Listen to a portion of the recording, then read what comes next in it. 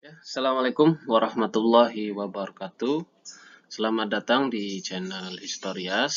Kali ini kita akan melanjutkan pembahasan kita mengenai akulturasi budaya di Nusantara.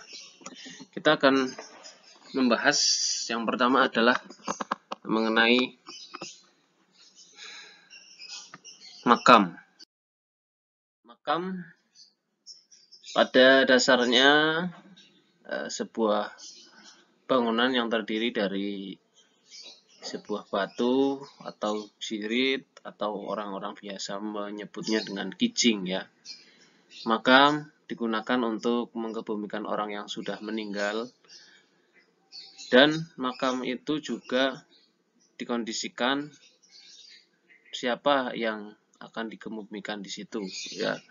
Jikalau orang-orang penting atau mungkin raja dan mungkin ulama ya, itu makam juga akan dibangun dengan sangat megah. Kemudian biasanya makam diletakkan pada, selain di pemakaman umum ya, beberapa kita jumpai pada masa berkembangnya Islam di Nusantara itu makam biasanya terletak pada sebuah pusat kerajaan ya, atau kesultanan, atau juga mungkin makam itu diletakkan pada kompleks masjid ya. Tuh.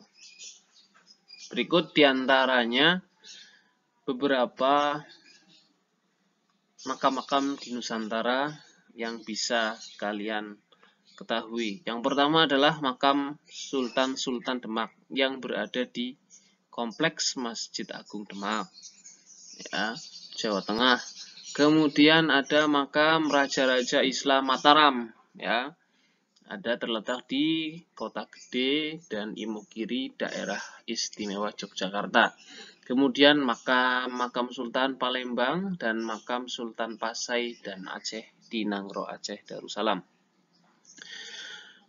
Makam sendiri pada masa Islam berkembang pesat di Nusantara ini terdapat ukiran-ukiran kaligrafi dan tumbuh-tumbuhan ya. Ini biasanya adalah sebuah akulturasi kebudayaan ya, yang memadukan Islam dengan budayaan asli lokal ya. Pada masa Islam berkembang pesat ya, corak-corak tumbuhan atau corak-corak manusia, binatang, makhluk hidup itu kemudian agak sedikit kurang laku ya, karena ada beberapa ulama yang melarang pembuatan atau pelukisan sebuah gambar makhluk hidup, sehingga pada masa itu diganti atau banyak ditemukan ukiran kaligrafi dan tumbuh-tumbuhan.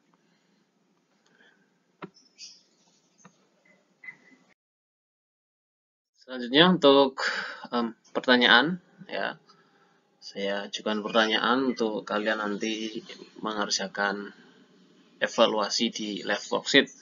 Yang pertama, pertanyaan pertama adalah di manakah letak makam dari Raja-Raja Demak?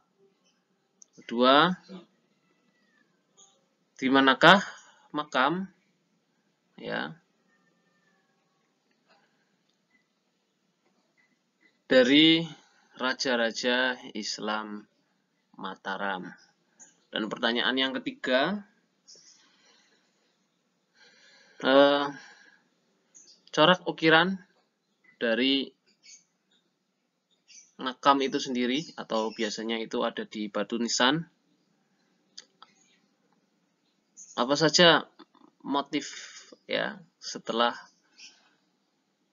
masuknya Islam di Nusantara ya. Jadi apa motif ukiran-ukiran pada makam setelah masuknya Islam ke Nusantara?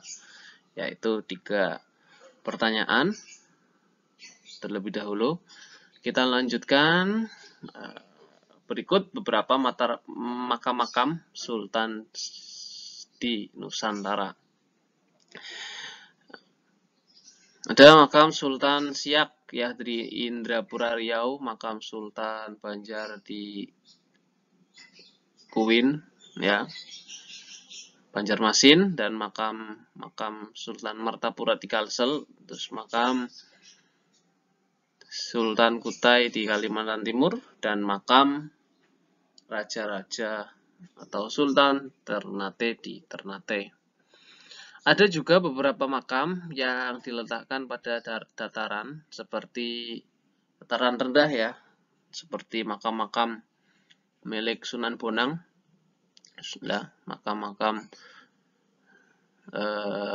sakral, makam milik Sunan Kalijaga di Langu, Demak ya. Kemudian makam Sunan Kudus di Kudus. Itu ada juga yang makam itu terletak di atas atau di dataran tinggi. Itu seperti contohnya adalah makamnya Sunan Gunung Jati ya, Sunan Gunung Jati, penyebar agama Islam Cirebon ya, raja pertama kerajaan Cirebon ya, sebelum digantikan oleh Pangeran Cakrabuana atau Raden Walang Sungsang, putra dari Prabu Siliwangi. Kemudian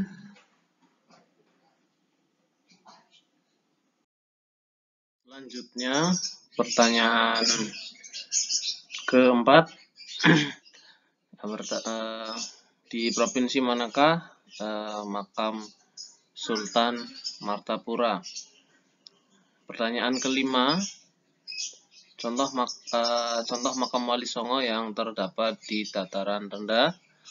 Dan pertanyaan nomor 6, contoh makam Wali Songo yang terletak di daratan tinggi. Itu pertanyaan untuk menjawab di lab worksheet. Selanjutnya materi literasi Islam di bidang seni ukir. Perkembangan Islam pada masa kerajaan Islam ini yang tadi saya sudah jelaskan, bangunan Islam banyak dihiasi oleh motif ukiran-ukiran kreasi baru seperti ukiran tumbuhan ya, daunan atau bunga-bungaan, dan ditambahkan juga beberapa ukiran kaligrafi orang, wayang, dan binatang. Itu sedikit meredam dari beberapa kontroversi mengenai boleh tidaknya melukis makhluk hidup, karena pada masa itu Islam berkembang dengan pesat. Ada beberapa ulama yang mempertanyakan kebolehan dalam membuat seni ukir tersebut. Ya, di sini ukiran-ukiran kreasi baru banyak sekali dilukiskan pada dinding keraton, pintu gerbang masjid, ya, ataupun tadi pada makam yang sudah saya jelaskan.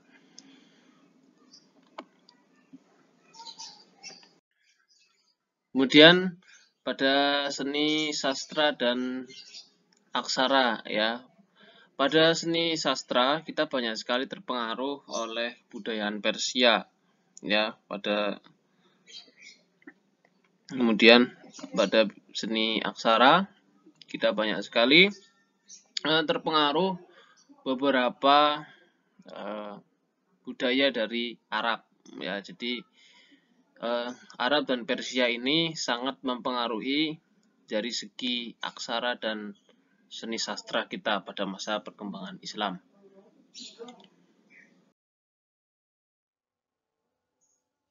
Selanjutnya adalah seni sastra yang berkembang pada masa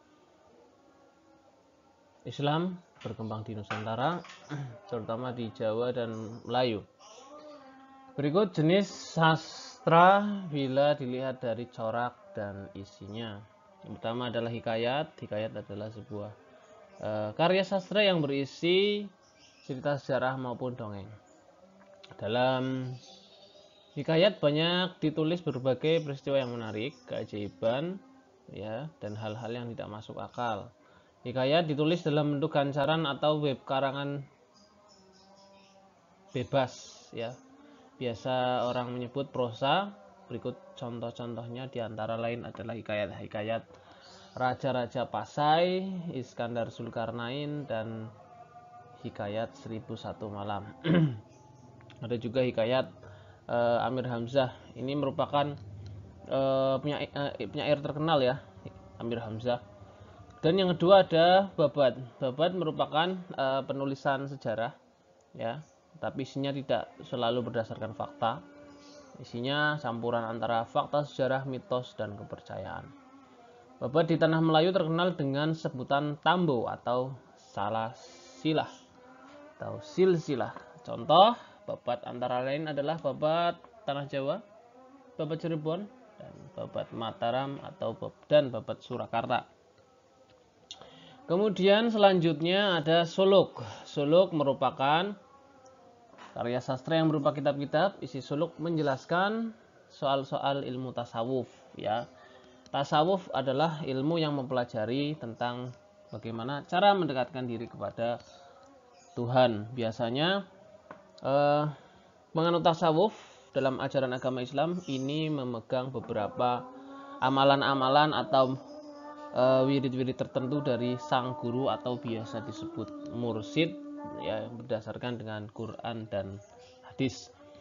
Berikut contoh suluk, ya. Pertama adalah suluk Sukarsa. Isinya menceritakan seseorang, ya, yang mencari ilmu untuk mendapatkan kesempurnaan yang bernama Ki Sukarsa. Suluk Wujil isinya menceritakan wejangan-wejangan Sunan Bonang kepada Wujil atau bekas seorang abdi dalam Raja Majapahit. Yang terakhir adalah suluk Malang Sumirang yang isinya adalah mengagukan orang yang telah mencapai kesempurnaan dan telah bersatu dengan Tuhan. Ini dikaitkan dengan beberapa ajaran-ajaran Manunggaling Kaulo Gusti, ya, yang dimiliki oleh beberapa sunan-sunan yang ngentrik, ya. Diantaranya Sunan Lemah Abang atau Syekh Siti Jenar.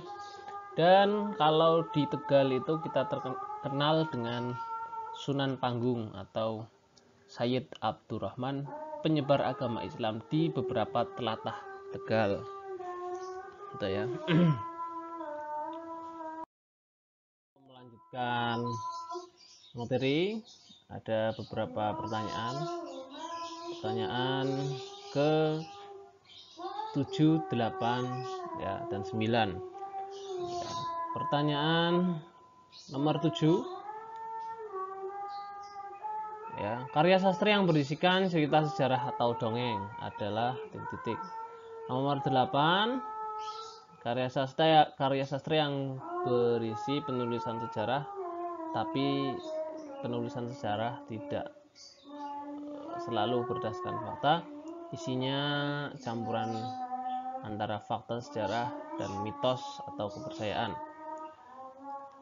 Nomor 9, karya sastra yang menjelaskan soal-soal tasawuf, itu nomor 9. Jadi ada 3 pertanyaan yang harus dijawab, ya. Selanjutnya yang terakhir adalah syair. Syair adalah salah satu puisi lama. Syair berasal dari Persia, ya, dibawa masuk ke Nusantara dengan bersamaan dengan agama Islam masuk ke Indonesia, ya. Dalam hal ini istilah syair mengambil dari bahasa Arab, yakni syair atau syu'ur yang berarti perasaan menyadari. Yang kemudian kata syu'ur itu berkembang menjadi syi'ro yang berarti puisi dalam ilmu pengetahuan umum, ya.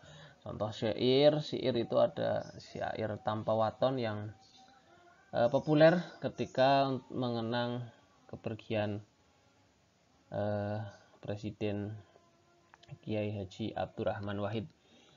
Selanjutnya contoh dari syair saya tuliskan di slide. Ada syair Putri Pasai di Menia Tujoh. Isinya menceritakan tentang wafatnya anak raja, ya. Itu dia materi yang bisa disampaikan. Untuk pertanyaan terakhir, pertanyaan nomor 10, pertanyaan ke-10, ya. Apa arti kata dari syair, ya? Terima kasih. Itu silahkan dijawab, dikerjakan, kemudian nanti hasilnya kalian bisa screenshot, kemudian diupload pada Classroom, ya. Kemudian kalian juga harus mengisi presensi pada kolom komentar YouTube Historias. Terima kasih dari saya. Sekian, assalamualaikum warahmatullahi wabarakatuh.